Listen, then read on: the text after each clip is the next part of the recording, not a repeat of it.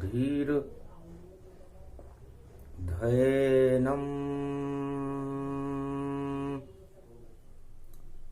श्रवण पठेयतिवरा महावाक्य जनार्दन सच्चिदानंद त्वं शरणं ब्रजेश यादवेन्द्रं दयादाता पुंडरीक्षा क्षीरसागर शयनं कमलनयनं नमस्तुते नमामि श्रीहरि। धैर्य से जिसको धारण किया जाता है, कर्णपटुओं से जिनका पान किया जाता है, ऐसे सच्चिदानंद भगवान श्री यादवेंद्र सरकार को मैं नित्य ही चिंतन करता हूँ, नमन करता हूँ। जिनको नमन करने से मंगलादि मंगल तो हो ही जाते हैं, साथ ही में बहुत बड़ा बल मिलता है मनुष्यों को। वीणा पुस्तक धारणी हंसारूढ़नी सकल सिद्धिम गुणदायकम प्रतिभूतम परम प्रसन्न मुक्तिदायिनी यदा यदा धर्मानि शक्ति जगदम्बे नमामि भगवती परम प्रसन्न मुक्तिम। ज्ञान चक्षु जिह्वा निवासो सदादयं दधि अक्षरटारिणी सरस्वती अंबिका अंबिका भगवती भयहारिणी शोक निवारिणी दोष निवारिणी रोगादि भय विनाशिनी जगदम्बे नमामयम्। सत्यरंग बरसाओ भवानी आप हो यहाँ वाणी ब्रह्माणी। वाणी में जब सत्य हो और सत्य का हो ये प्रकाश, रंग पंचमी मना रहे हैं भोले शिव कैलाश। सत्य रंग हो गया हिमालय, हिमगिरी श्वेत दिखाया। एक दाग भी शिव भोले पर कभी नहीं लग पाया। दाग ही दाग हजारों जग में और सबका दाग हटाया। रंग पंचमी महापर्व है, वाणी शिव ने गाया। शिव गाते वाणी कलयुग में और देखो भ्रष्टाचार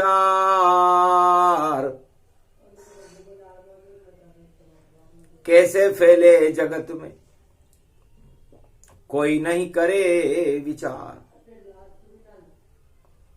रंग पंचमी कलयुग चल रहा था, भगवान शिव कैलाश पर बैठे हुए थे। तो भगवान मार्कंडेय ने, हिमालय के अदृश्य संतों ने और उमा महारानी ने प्रश्न किया, महाराज सत्य के रंग कहां गायब हो गए? भ्रष्टाचार का जन्म कहां से होता है? सारे संसार में भ्रष्टाचार का बोल कैसे वाला है?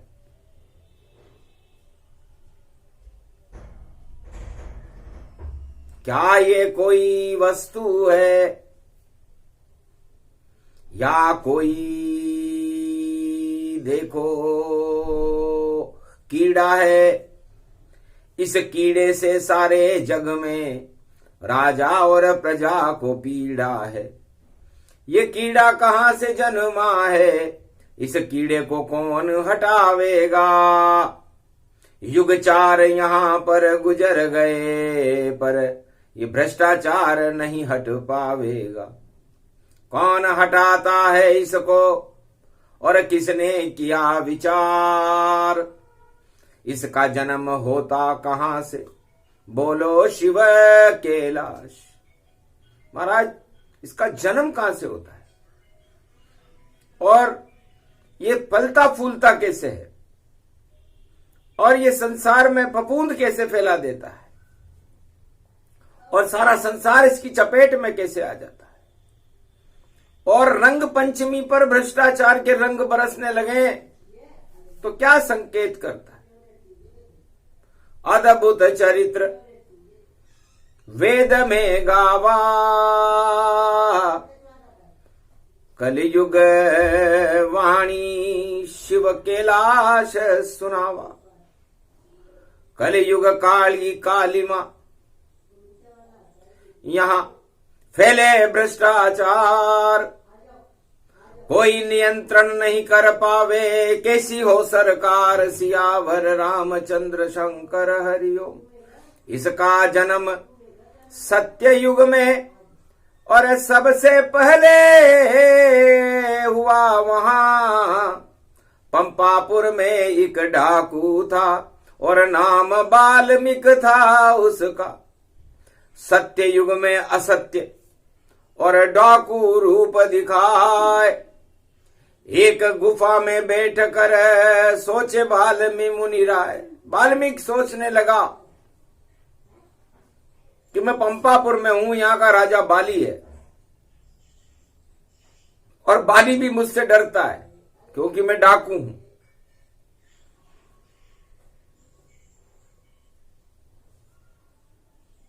तो असंगत और असंगति से सब डरते हैं। यहीं से प्रसंग प्रारंभ है। रंग पंचमी जान और डाकू सोचने लगा बैठ कर और किया राम का ध्यान।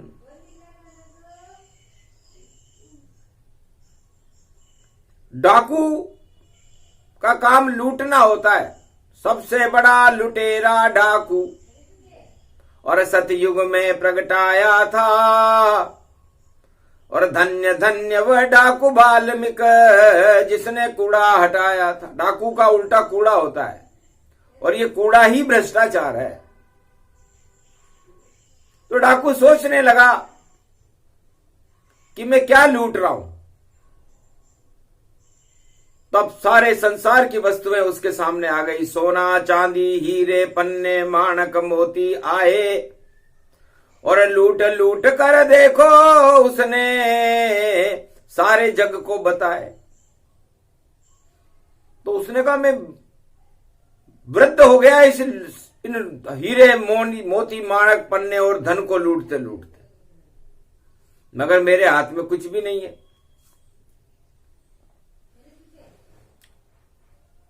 तब सोचा अब उसको लूटूं जो रहे सदा मेरे साथ। और कालापन मेरे में आ गया और मैं तो हुआ अनाथ। अरे मैं तो अनाथ रह गया। ये लूट का माल मेरे किसी भी काम में नहीं आया और मैं लूटते लूटते बुढ़ा हो गया। पापों की गगरी चढ़ गई सिर पर, ये पाप नहीं हट पावेंगे जब तक मुझको नहीं राम मिले।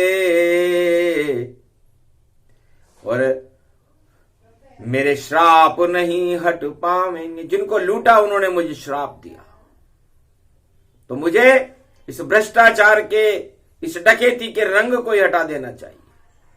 अब आज से लूटूंगा राम नाम, रंग पंचमी पर्व दिखाया है और भ्रष्टाचार हटा लूं मेरा, ये मुझे समझ में आया है।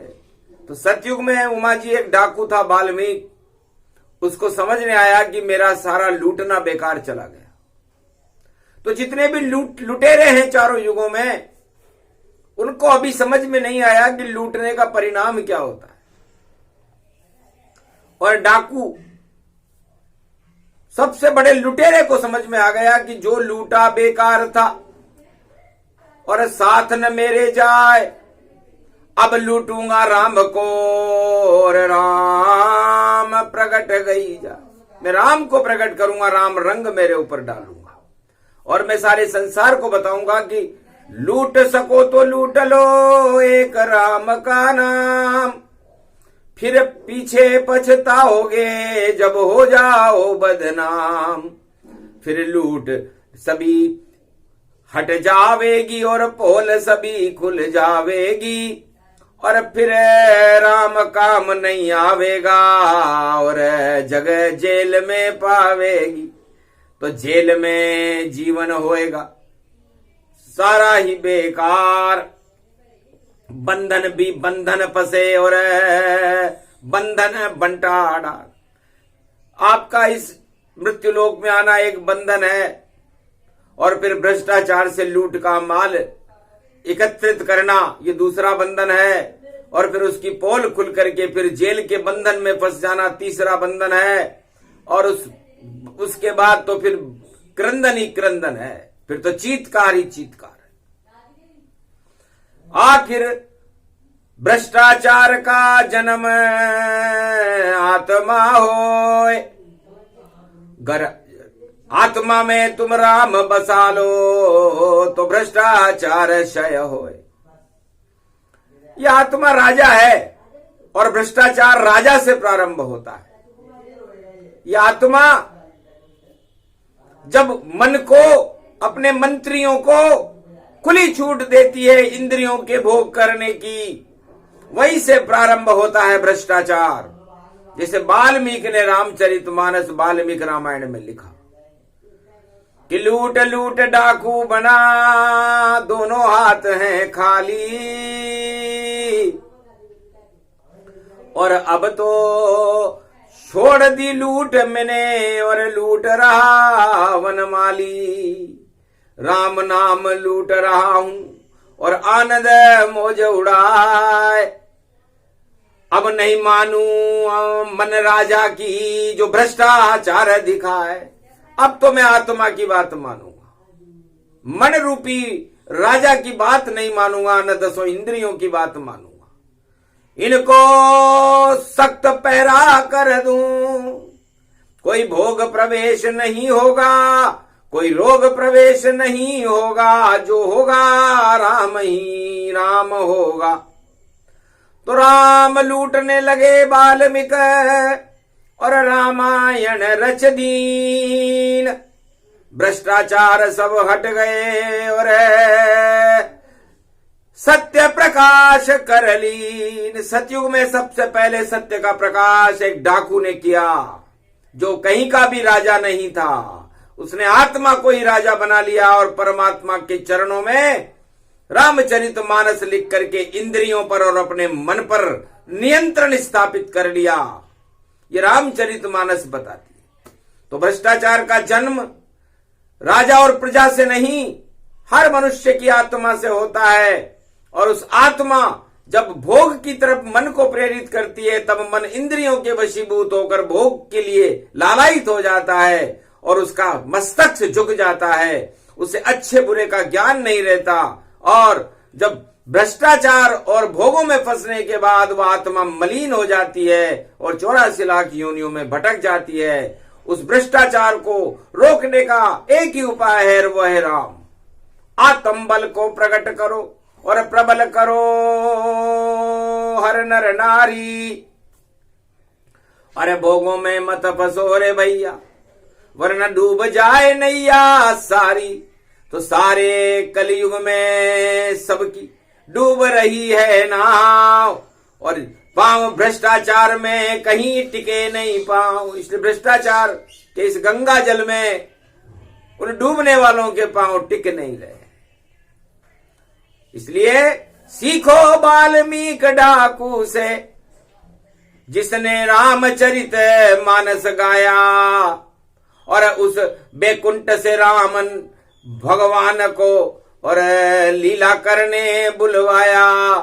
त्रेता युग में राम जी और बात मान ली वाल्मीकि, जो लिख दिया था वाल्मीकि ने उस पे लीला राम कर दी।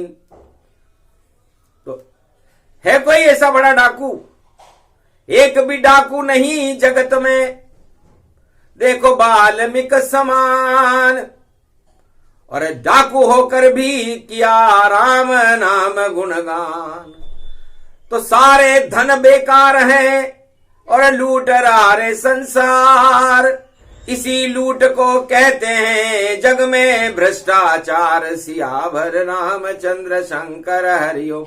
एक भ्रष्ट दूसरे भ्रष्ट को और ऊंचा नीचा बताता है, पर भ्रष्टाचार तो चींटी बराबर भी हो वह भ्रष्टाचार कहलाता है। इसमें कोई छोटा बड़ा नहीं, सब एक समान ही होते हैं। कोई राजा और कोई प्रजा हो और कोई सारे जग में जैसे होते हैं।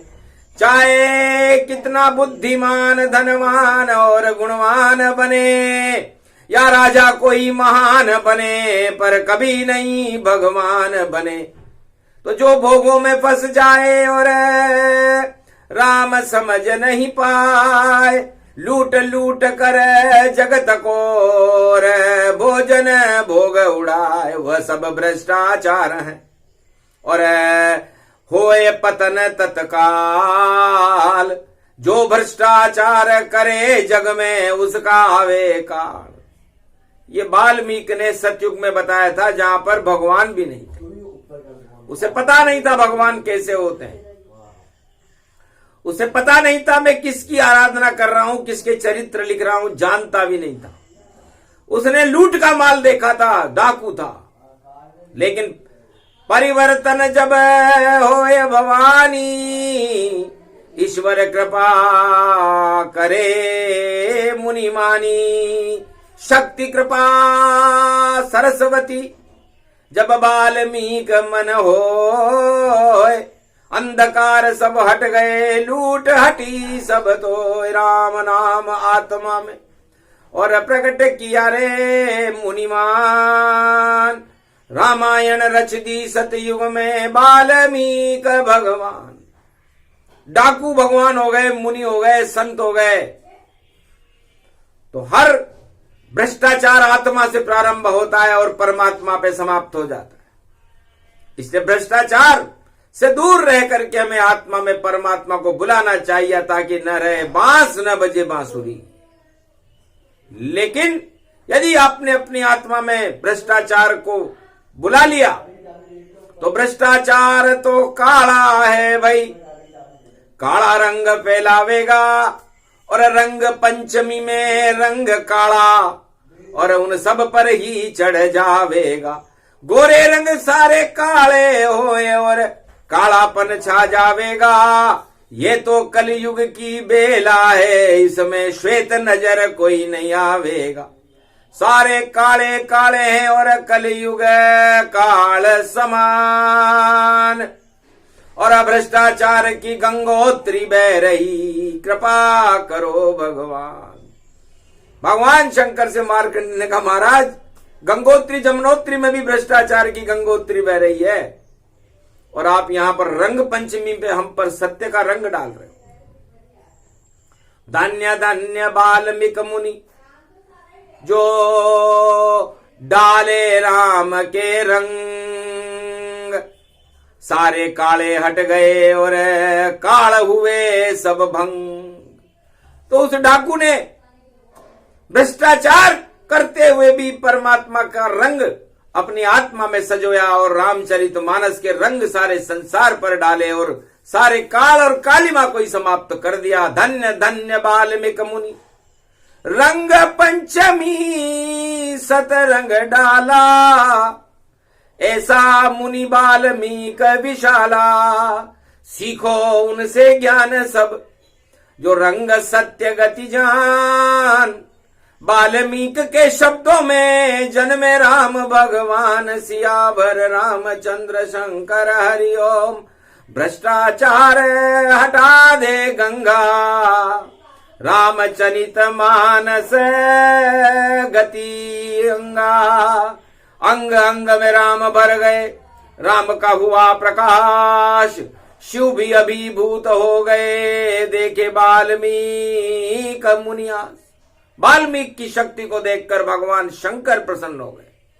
धन्य धन्य वह भीलनी जो वाल्मीकि की है मात, ऐसा पुत्र जन्मा दिया डाकू राम प्रगटा। सतयुग में डाकू एक ही था, बाकी तो सब सत्य मुनि थे, ब्रह्मवेता थे। लेकिन उस डाकू ने कमाल कर दिया।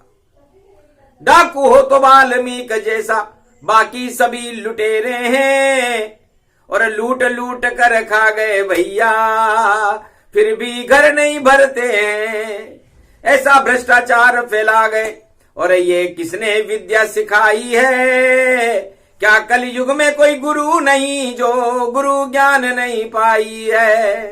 अरे त्रेता में तो राम गुरु थे, द्वापर गुरु कृष्ण कन्हई है, पर कलयुग में फैल गया भ्रष्टाचार, कोई गुरु नजर नहीं आई है। लगता है कलयुग में कोई गुरु नजर नहीं आता, जबकि वाल्मीकि कोई गुरु नहीं थे, गुरु तो बाद में बने, वो डाकू थे। अद्भुत रूप प्रसंग सुनाया, डाकू ने राम बुलाया। सतयुग में एक डाकू राम को बुला रहा है, और कलयुग में हम भ्रष्टाचार को बुला रहे हैं। सोचना चाहिए हमें कि हम कहां गए रे पाताल, और क्षीर सागर की आत्माएं और हो गई सब कंगाल। कैसी है रंग पंचमी, भ्रष्टाचार गति जान, सारे जगत में भ्रष्टाचार क्या आंधी और तूफान। सियावर रामचंद्र शंकर हरिओम, पर सभी अपने को श्रेष्ठ बतावे, और छोटा बड़ा कोई नहीं पावे। वह तो बड़े भ्रष्टाचारी, हम छोटे छोटे जान। अरे कैसी ये गंगोत्री जमुनोत्री, जिसमें डुबकी मारे इंसान। भ्रष्टाचार की गंगोत्री में सारे संसार के हर नर नारी डुबकी लगा रहे हैं, और रंग पंचमी का उत्सव चल रहा है। ये क्या हो रहा है? तब गुरु वशिष्ठ ने त्रेता युग में राजा दशरथ को बुलाया। राजा, हम तुम्हारे गुरु हैं, तुम क्या चाहते हो? तो चोर की दाढ़ी में तिनका होता है। गुरु वशिष्ठ ने कहा, राजा दशरथ, अपनी सूरत को दर्पण में देख करके आओ, तुम्हारी दाढ़ी में तिनका नजर आ जाएगा। घबरा गया राजा दशरथ, क्या कलंक गति जान, और मेरी दाढ़ी में तिनका बता रहे हैं गुरु वशिष्ठ मुनिमान। तुरंत सुमंत वजीर को बुलाया और उनको दर्पण दिखाया। देखा दर्पण में दशरथ ने, दाढ़ी का बाल सफेद हुआ, कालेपन जाते रहे दाढ़ी के, और देखो रूप सफेद हुआ। यही चोर की दाढ़ी में तिनका है महाराज। सफेद दाढ़ी, काली दाढ़ी में सफेद तिनका नजर आ रहा है आपको? क्या मतलब है गुरुदेव इसका? कहा बुढ़ापा आ गया, नहीं वंश चल पाए। क्या क्या पाप किए राजा तुमने, जो बालक नहीं खिलाए। अरे तुम्हारे पुत्र क्यों नहीं हुआ? इस अयोध्या के राजवंश को चलाने वाला कौन है? तुम्हारे बाद क्या होगा? महाराज क्या करूं? जाओ सूत जी के पास जंगल में, सुनो सत्यनारायण का ज्ञान, कथा सुनाएंगे तुम्हें सूत जी, तब बालक जन्मे महान। तब गुरु वशिष्ठ की आज्ञा पाकर के और सूत जी महाराज के यहां पर राजा दशरथ अपनी तीनों रानियों के साथ लेकर के गए, सत्य का ज्ञान सुना, और सत्य का ज्ञान सुनने के बाद उनके घर में नवरात्रा में रवि पुष्य नक्षत्र में चैत्र शुक्ल पक्ष नवमी को भगवान राम का जन्म। तो चोर की दाढ़ी में तिनका गुरु वशिष्ठ ने दिखाया था, भाई तुम्हारे पाप है इसलिए पुत्र नहीं हो रहा, पुण्य करो, सत्य का प्रकाश करो। सत्यनारायण का ज्ञान प्राप्त करने के बाद पुत्र पैदा हुआ। तो समर्थ गुरु थे गुरु वशिष्ठ। दर्पण का मतलब दर्पण प्रजा होती है, तो राजा को अपनी जय जयकार नहीं सुननी चाहिए। प्रजा रूपी दर्पण में अपना मुख देखना चाहिए कि प्रजा क्या चाहती है। प्रजा में भ्रष्टाचार है, भूख है, बेरोजगारी है, गरीबी है, हिंसा है, या क्या है? और ये मैं हटाने में सक्षम हूं या नहीं हूं? यदि नहीं हूं तो सत्ता त्याग देनी चाहिए। ये गुरु वशिष्ठ ने मार्गदर्शन किया था त्रेता युग। और फिर जब द्वापर युग प्रकट आया और कंस की काली पड़ गई छाया, और देव की वसुदेव को जेल डलवाया, ऐसा भ्रष्टाचार करवाया। अपनी सत्ता को बचाने के लिए अपनी बहन तक को अंदर डाल दिया, क्योंकि नारद जी ने घोषणा की थी कि 8वें गर्भ से तुम्हारा काल जन्मेगा। तो कितना डरता था कालेपन से और काल से कंस। सारे राजा डरते हैं काल से और कंस जैसे हो जाते हैं। और जेल में डाल दिया रे बहन को, और बहन वही सब जेल गए, और उसके अंदर जन्म गए श्री कृष्ण, और कंस तो देखो स्वर्ग गए। मार डाला कंस को। तो कोई कितनी भी छुपाए बातें, कितना भी किसी को जेल में डाले, भ्रष्टाचार कभी रुकता है क्या? सत्ता के लिए भ्रष्टाचार कंस कर रहा था कि मेरी सत्ता सुरक्षित रही क्या? भगवान सत्य का जन्म हो गया और कंस मारा गया। और ये तो कलयुग कालिमा काल कोटरी होय, काली कोटरी जेल कलयुग है, और उस जेल में भी जेल होए, खेल होए भैया, खेल होए, मेल होए, और देखो सब जेल होए। कैसे रंग देखो भाई, भ्रष्टाचार भारी है, और सब दुखी सब नर नारी है, और कोई राजा प्रजा से हटती नहीं, ऐसी तलवार दुधारी है। ये हटती नहीं है, राजा पूरी कोशिश करता है, लेकिन भ्रष्टाचार प्रजा से प्रारंभ नहीं होता, भ्रष्टाचार राजा से भी प्रारंभ नहीं होता।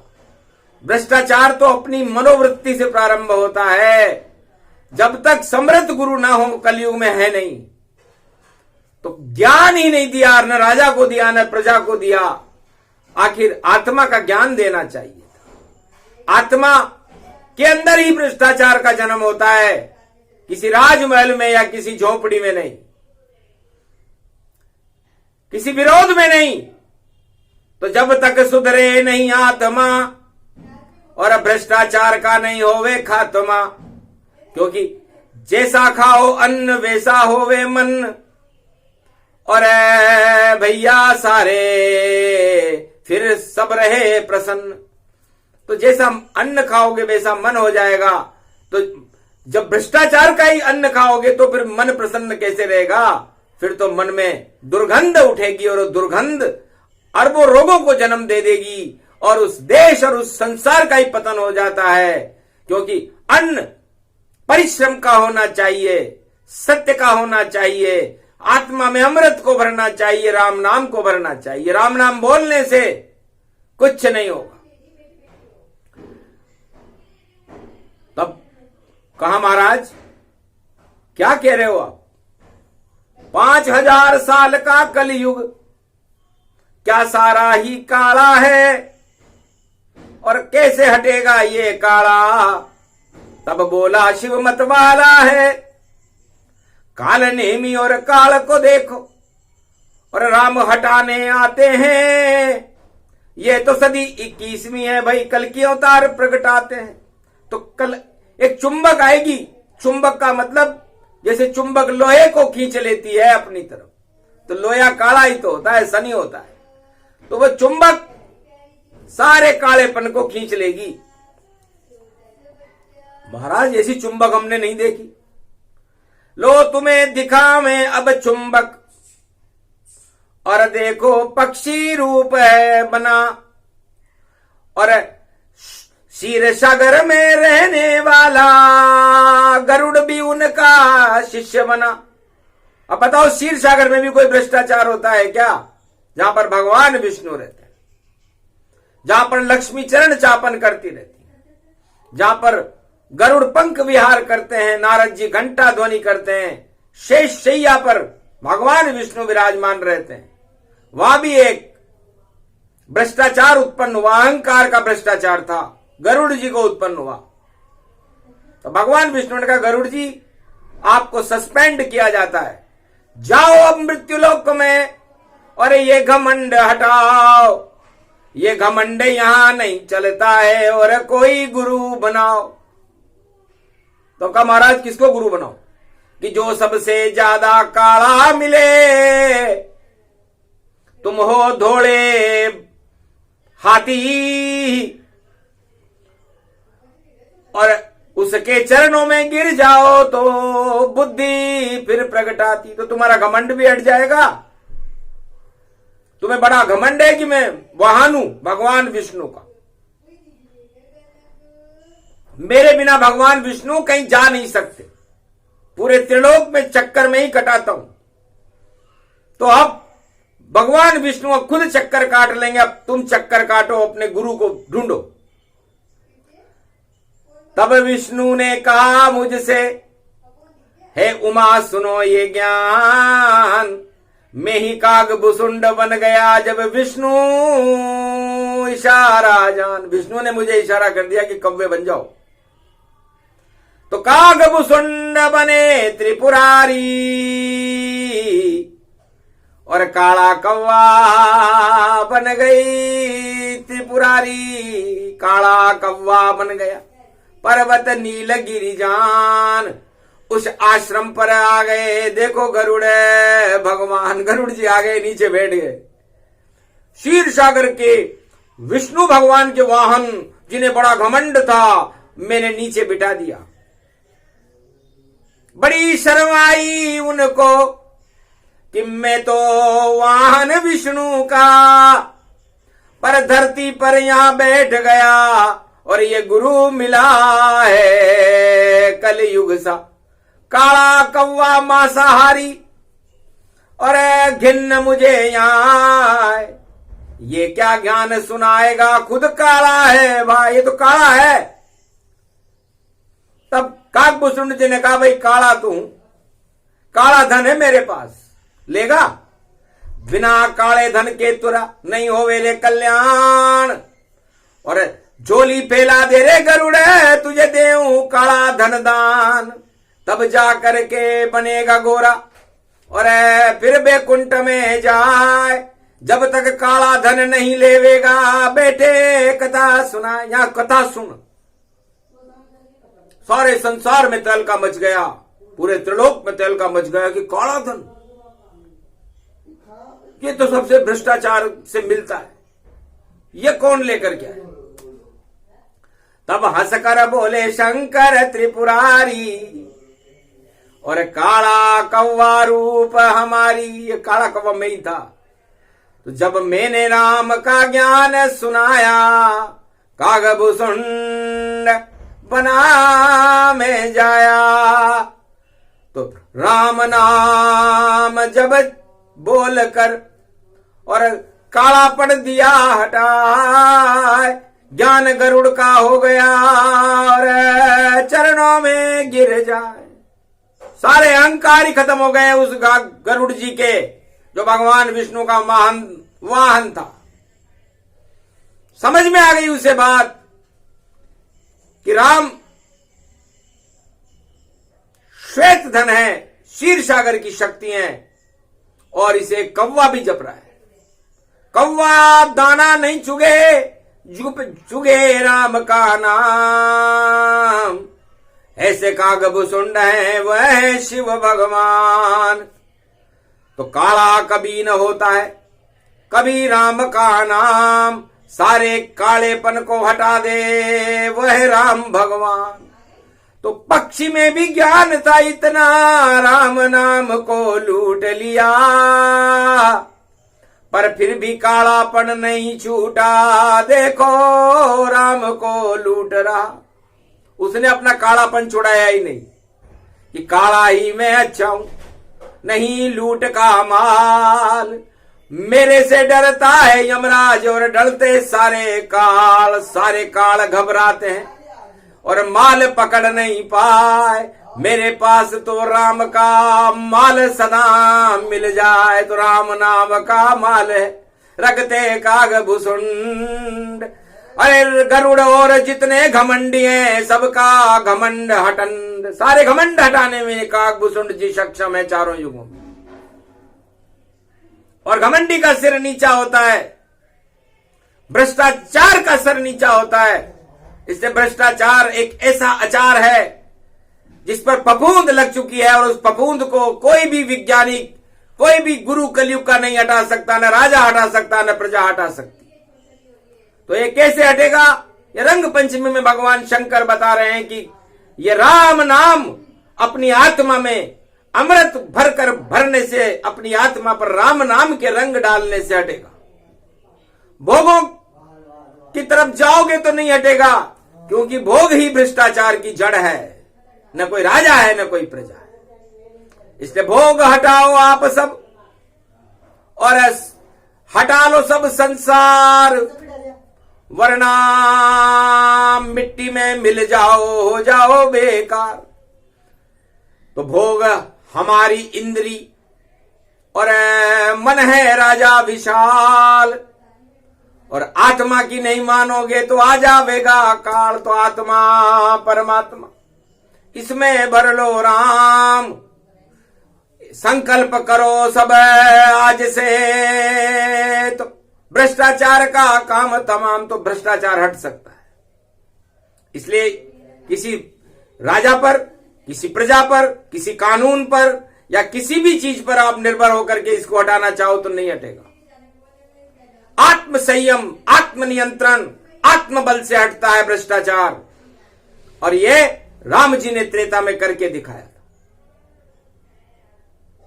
सतयुग में बाल्मीकि ने करके दिखाया डाकू होकर, द्वापर में भगवान कृष्ण ने दिखाया, और कलयुग में किसी राजा और प्रजा की शक्ति ही नहीं है। शक्तिहीन है राजा और प्रजा। भ्रष्टाचार नहीं हट सकता। हटेगा तो आत्मबल से हटेगा, और आत्मबल को बढ़ाने के लिए गुरु चाहिए। गुरु कलयुग में है नहीं। कलयुग केवल नाम आधारा, सुमर सुमर नर उतर ही पारा।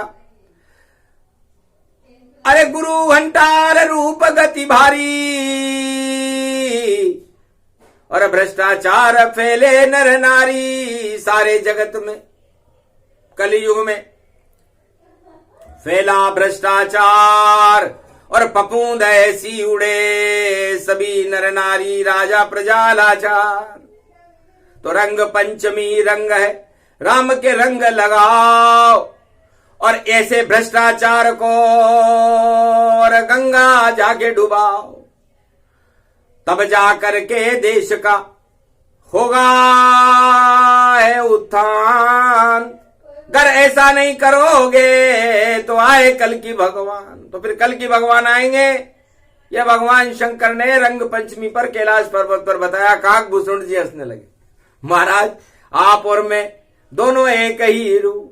मैं तो काला कौवा हूं और आप हो विषम स्वरूप। आप नीलकंठ हो और मैं काला कौवा हूं और नीलगिरी पर्वत पर बैठा हूं।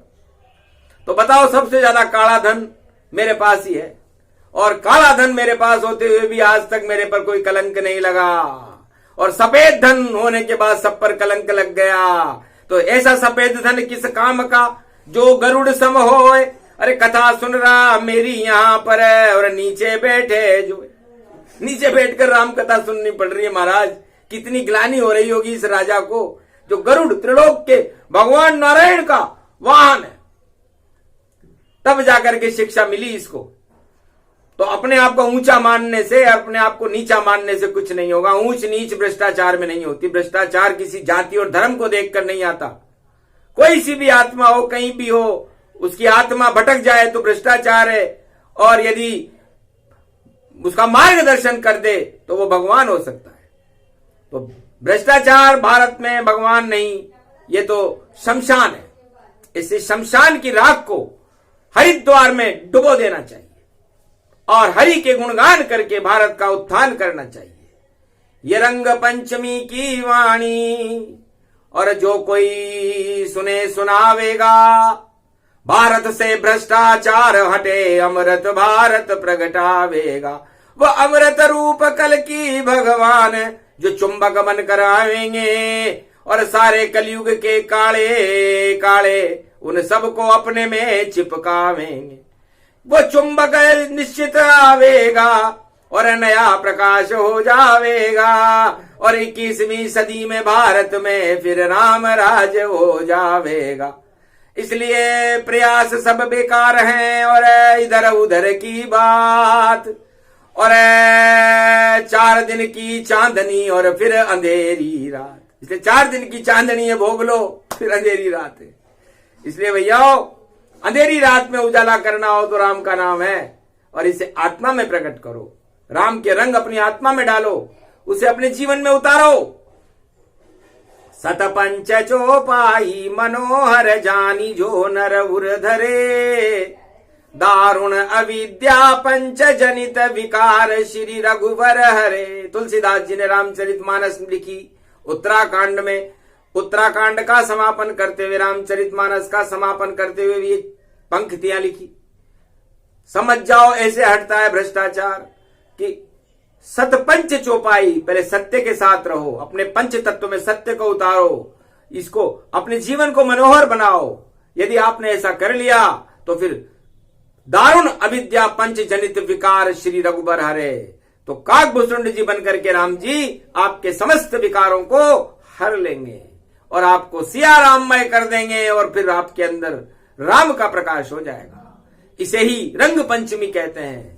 तो सत्य का रंग हो, सत्य के संग हो, बाकी सब भंग हो, अंग अंग रंग हो, राम जी का रंग हो और राम जी का चंग हो, और राम नाम व्यापक सदा, मुख में आत्मा में अंग अंग में रोम रोम में बसे मेरे यहाँ राम। 1.25 लाख की समाधि और मुझे नहीं कोई। भगवान शंकर ने कहा कि 1.25 लाख की समाधि लेता हूं, राम के अलावा मैं किसी चीज को देखता नहीं। और आज भी मैं सिया राम के रंग ही बरसा रहा हूं। ये राम प्रसंग चरित्र में गावा, कल युग व्यापक रूप सुनावा, रंग पंचमी इसे सुनाई, अमृत रूप भारत बरसाई, भ्रष्टाचार हटे तत्काला, ओए राम का बोलूं बाला। ये प्रसंग इसलिए सुनाया, राम को भारत में प्रगटाया, दुर्गंध सारी यहाँ हटाई, जलकुंभी सब पाताल पहुंचाई, ज्ञान गंगा रस रूप तन राम ये अमृत जान, रंग पंचमी में शिव जी ने दिया वाणी में ज्ञान।